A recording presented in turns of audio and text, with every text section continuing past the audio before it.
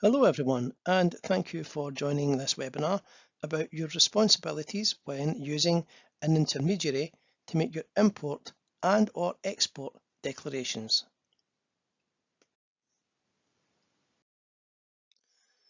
There are new customs and tax rules for trading with the European Union.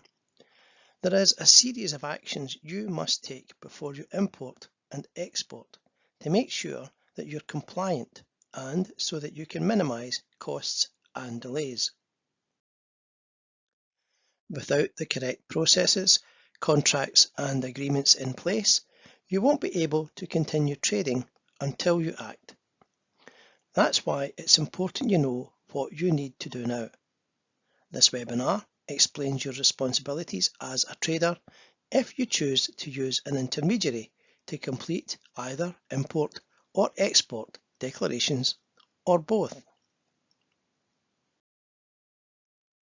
We'll also look at how elements of the GB-EU Free Trade Agreement affect imports and exports. The agreement doesn't affect the basic declaration requirements set out in the UK's published Border Operating Model. Here's what we're going to be looking at today. What is an intermediary? Your responsibilities when using an intermediary? The benefits of using an intermediary? What you need to do now? And the trader checklist. Businesses like yours might need specialist support to help with importing and exporting. For instance, you might decide to use an intermediary. An intermediary is someone who makes customs declarations for you or your business. This could be a freight forwarder. That's a company that helps their clients move cargo globally, including supporting the customs process. Or it could be a customs agent or broker. These make sure your goods clear through customs. Other examples of intermediaries are logistics companies, couriers, customs warehouses, or parcel and express operators. Now is the time to approach these experts, given that there will be a high demand for such services. You can find a list of businesses that can help on gov.uk. We're now going to look at what your responsibilities are if you use an intermediary. Whether you're importing, exporting, or both, there are specific actions you must take for both types of declarations. You need to apply for an Economic Operator Registration and Identification Number, that's an EORI number, that starts with GB. Your business must have one to import and export goods, whether you do your own declarations or an intermediary does them for you. An intermediary can't apply for a GB EORI number on your behalf. Non-GB EORI numbers are checked via the European Commission. You'll need an EORI number that starts with XI to move goods between Northern Ireland and non-EU countries, make a declaration in Northern Ireland, or get a customs decision in Northern Ireland.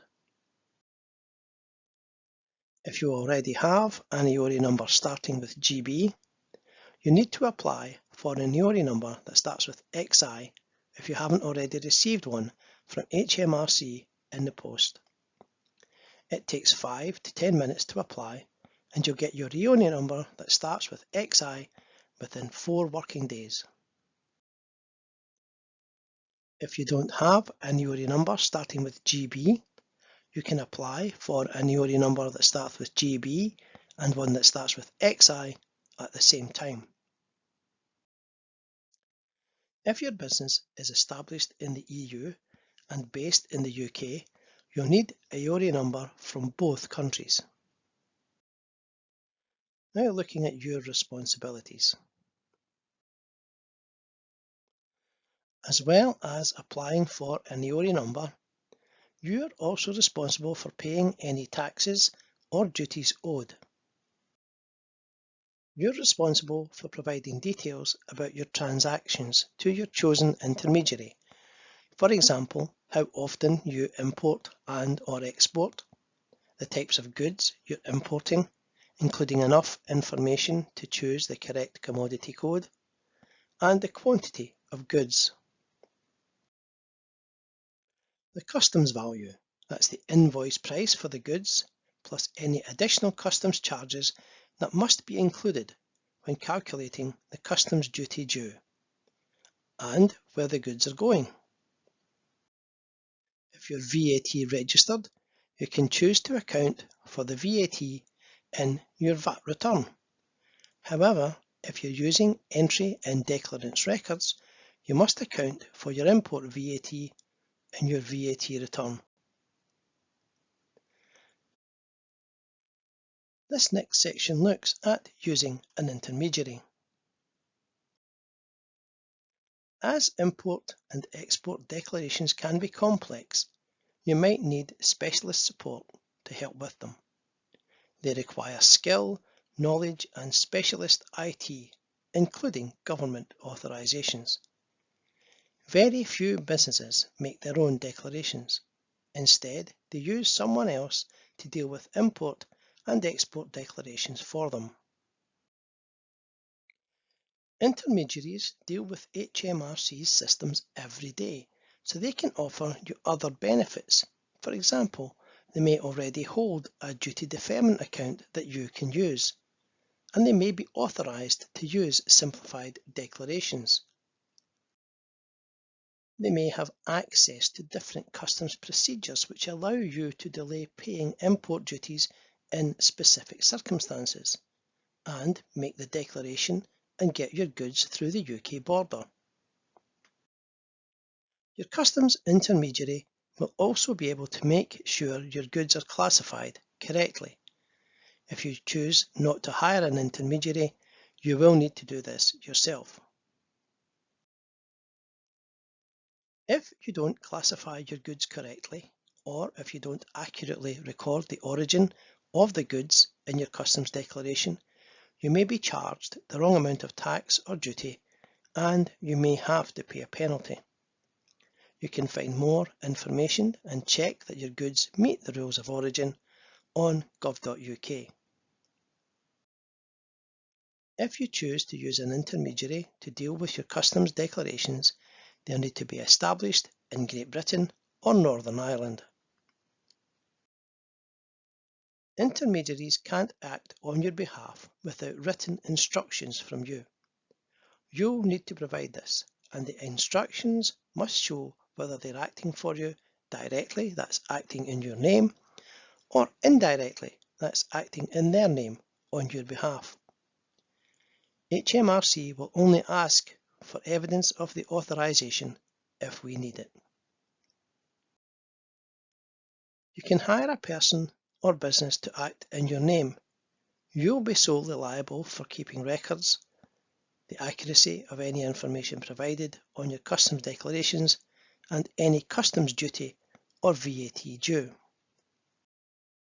If you give clear instructions and they make a deliberate error or unreasonable mistake, they may become jointly and severally liable.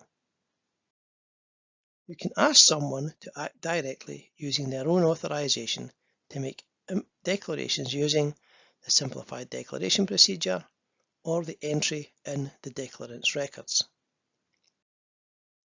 You should agree with the person dealing with customs for you if you need to have a duty deferment account to make payments, or if they'll use their own.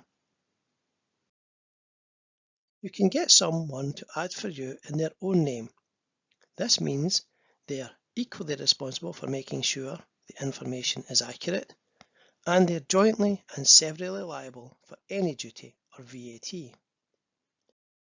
If they have authorisation, you can get an indirect agent to make declarations using the Simplified Declarations Procedure, that's SDP, or the entry in the declarant's records, that's EIDR. For more information about getting someone to act on your behalf, go to gov.uk. This section looks at what you need to do now. You must decide how you intend to make import and export declarations to trade with the EU in 2021. If you'd like someone else to deal with customs for you, now is the time to speak to them, whether it be a freight forwarder, a fast parcel operator, or a customs agent. You need to have everything in place before you can trade with the EU. So let's have a look at a trader checklist. To summarise, the trader checklist is check now, make a decision, act now. So check now. Do you need to make import and export declarations? If you want to continue to buy, sell or move goods between Great Britain and the EU, you must make import and export declarations as new rules for trading with the EU are in effect. You must decide how you'll make these declarations and avoid any disruption to your business. You can either get someone to do this for you, that's an intermediary such as a customs agent, or do it yourself. Act now, so find someone now to do your import and export declarations, and then work with them to ensure that you're ready to trade with the EU. If you decide to do declarations yourself, make sure you have everything in place to be able to submit your import and or export declaration, such as the appropriate IT specialist software and licenses needed to interact with HMRC. The government has launched the Trader Support Service, TSS, to help those businesses that move goods between Great Britain and Northern Ireland. It's free to use and you can sign up now.